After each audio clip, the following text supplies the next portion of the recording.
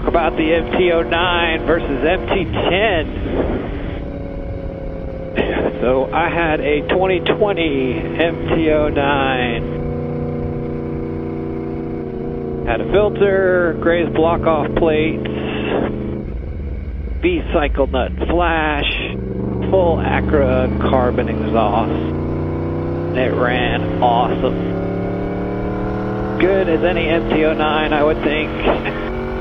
Super strong, super smooth, fantastic bike.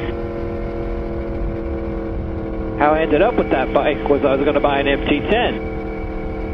So I found a local dealer, well, within the state, that had a great deal on an MT-10 2021. Buddy and I went there to check it out. They let me do a test drive, and it was ticking really crazy bad.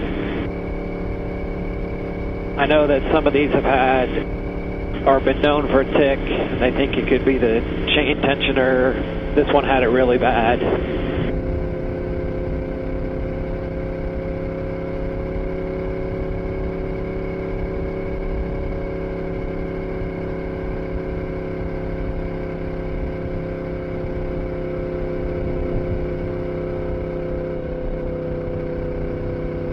And I was like, nah, I'm done, I'm passing. I'm going to obsess about that tick, no matter how awesome this bike is. Well, I've been looking at an MT-09 as well, and there was a guy pretty close that I had been talking to.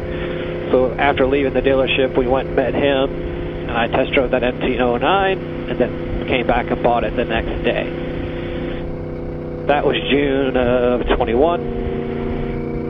Fast forward a year later, I'd ridden the MT-09 14,000 miles, been across the country, done Natchez Trace Parkway, Tail of the Dragon, Smoky Mountain National Park, Cherry Hollow Highway, 2,500 mile trip. Done a track day with the MT-09, loved it. Still wanted an MT-10 the whole time, but had talked myself out of it for a long time with the ticking and, you know, the brakes and all that stuff. But then in June of this year,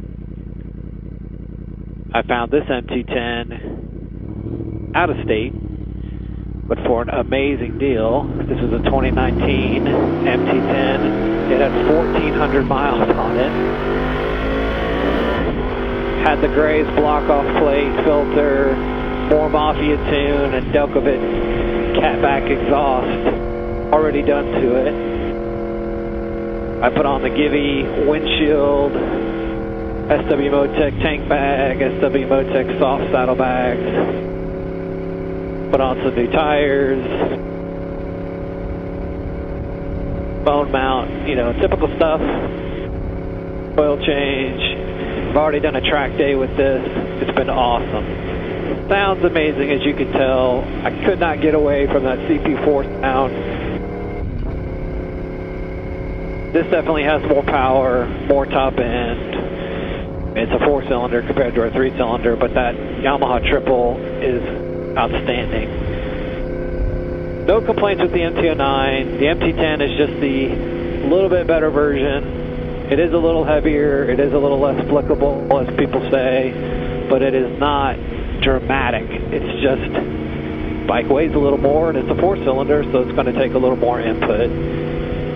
The brakes on this, the stock brake pads are really not that great, so I did switch them to Brembo center pads previous to going to the track, and I am super glad that I did that, because I would have probably missed some turns because it wouldn't have stopped. So if you're going to ride aggressive, you definitely need the upgraded brake pads. They do make a difference. As far as on the track and just in general, this just takes a little more input, but not much. And the top end on this is higher than the MT-09. The torque is higher. They both pull out of corners really awesome. But definitely like the MT-10 in general better. It's got cruise control, and it's got that sound along with the torque and the high end. Super happy with it.